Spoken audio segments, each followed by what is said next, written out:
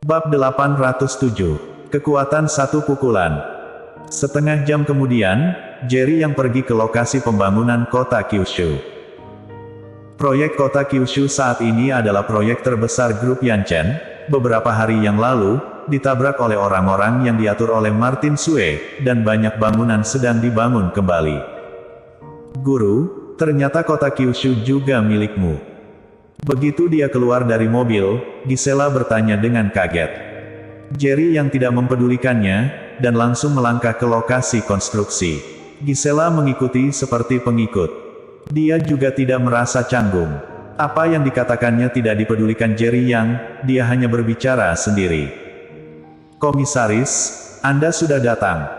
Setelah memasuki lokasi konstruksi, dia segera menemukan Robin Luo. Jerry yang sedikit mengangguk, situs konstruksi kembali berfungsi. Apakah semuanya normal? Robin Luo mengangguk dan berkata dengan gembira, sekarang semuanya kembali normal. Awalnya aku mengira akan banyak kerugian kali ini untuk kita. Tapi sebaliknya, karena kejadian ini, Kyushu membuat sebuah iklan gratis. Anda lihat, sebelum gedung-gedung itu dibangun, banyak selebgram telah menyiarkan siaran langsung. Sekarang banyak penyiar di internet telah memutar konten video Kyushu. Jerry yang tidak menyangka bahwa Martin Sue ingin menghancurkan Kyushu, tetapi malah membuat Kyushu semakin terkenal. Kyushu awalnya adalah kota komersial yang menggabungkan gaya kuno dan modern, memiliki gaya yang unik dan dapat dengan mudah menjadi tempat suci bagi selebriti online untuk check-in. Dalam beberapa hari terakhir, beberapa orang mendekatiku dan ingin membeli toko di Kyushu, bahkan ada yang ingin memasang iklannya di Kyushu, tetapi aku menolak semuanya. Robin Luo berkata dengan bersemangat, ini adalah uang kecil, dan nilai tempat ini hanya dapat dimaksimalkan setelah Kyushu selesai sepenuhnya. Jerry yang mengangguk, kamu atur saja. Dia hanya penjaga toko lepas tangan, dengan Robin Luo di sisinya, dia sama sekali tidak perlu khawatir tentang hal-hal ini. Robin Luo awalnya memiliki mimpinya sendiri. Dapat dikatakan bahwa Jerry yang memberinya platform untuk berkembang. Hal-hal yang Jerry yang tidak ingin ikut campur, kebetulan adalah hal yang paling membuatnya tertarik. Setelah Jerry yang secara pribadi memeriksa lokasi konstruksi, dan setelah dia mengingatkan Robin Luo untuk memperhatikan keamanan lokasi konstruksi, baru bersiap untuk pergi. Namun, sebelum dia bisa pergi tepat waktu, sebuah Rolls-Royce hitam melaju perlahan dan berhenti tepat di samping Jerry Yang. Segera setelah itu, dua pengawal berbaju hitam keluar dari mobil. Kemudian, satu sosok pemuda keluar dari kursi belakang. Pemuda itu tampak berusia pertengahan 20-an, mengenakan pakaian mewah, dan mengenakan Rolex senilai puluhan juta di pergelangan tangannya. Diikuti oleh dua pengawal berbaju hitam, dia terlihat sangat berwibawa. Siapa kamu? Robin Luo langsung berdiri di depan Jerry Yang, menatap pemuda itu dan bertanya. Pemuda itu langsung melewati Robin Luo, memandang Jerry Yang di belakang, lalu berkata, kamu adalah komisaris dari grup Yanchen, Jerry Yang.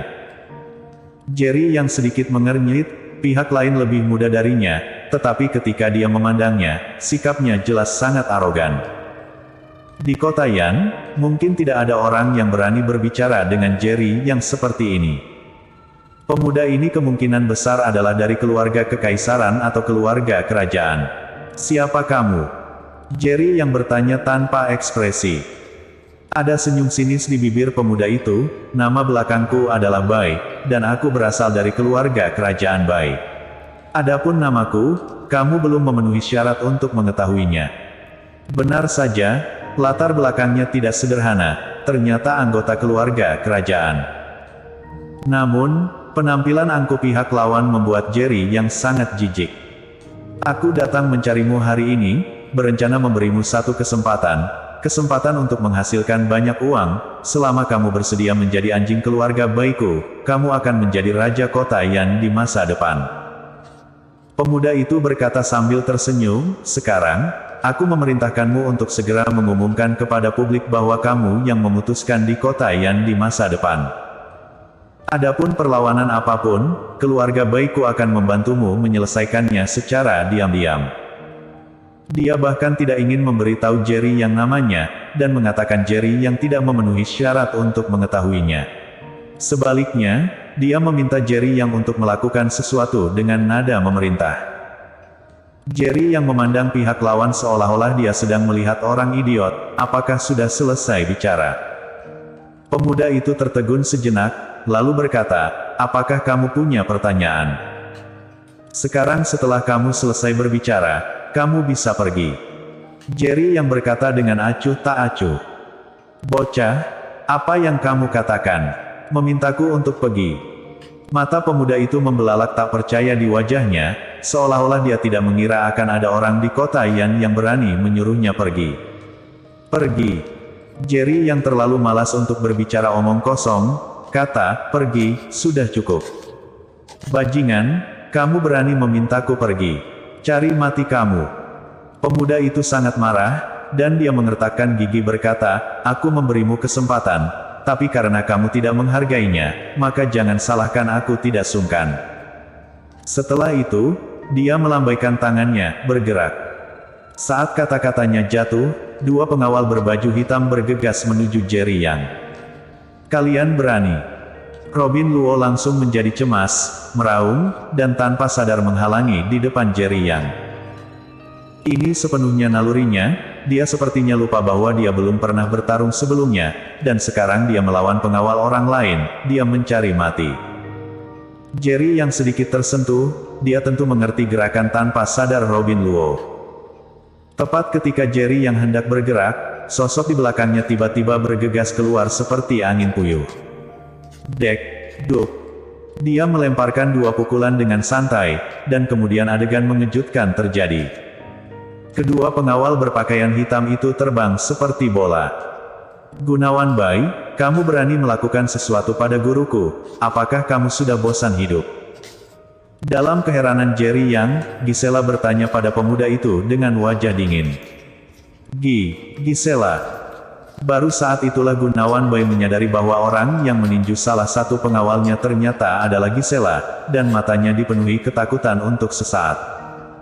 Dia benar-benar takut, seperti kucing melihat tikus. Ketakutan semacam itu datang dari lubuk jiwanya.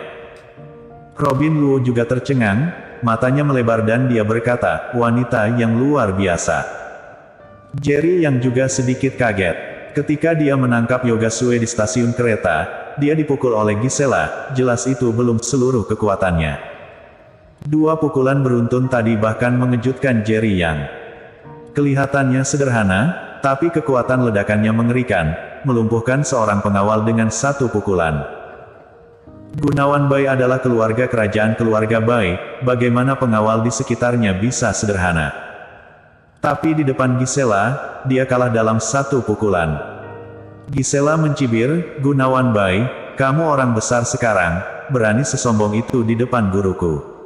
Apakah kulitmu gatal lagi? Tidak, beraninya aku bersikap sombong di depan kakak Guan. Gunawan Bai berkata dengan cepat, lalu membungkuk kepada Jerry Yang, Tuan Yang, maaf. Aku bersikap terlalu ceroboh tadi, tolong Anda maafkan saya. Jerry Yang berkata dengan datar, pergilah. Dengan kehadiran Gisela, bagaimana mungkin dia berani mengatakan tidak? Bergegas membawa orang pergi. Setelah Gunawan Bai pergi, Gisela berkata sambil tersenyum, Guru, Anda lihat, dengan adanya aku di sisi Anda, cukup bergunakan.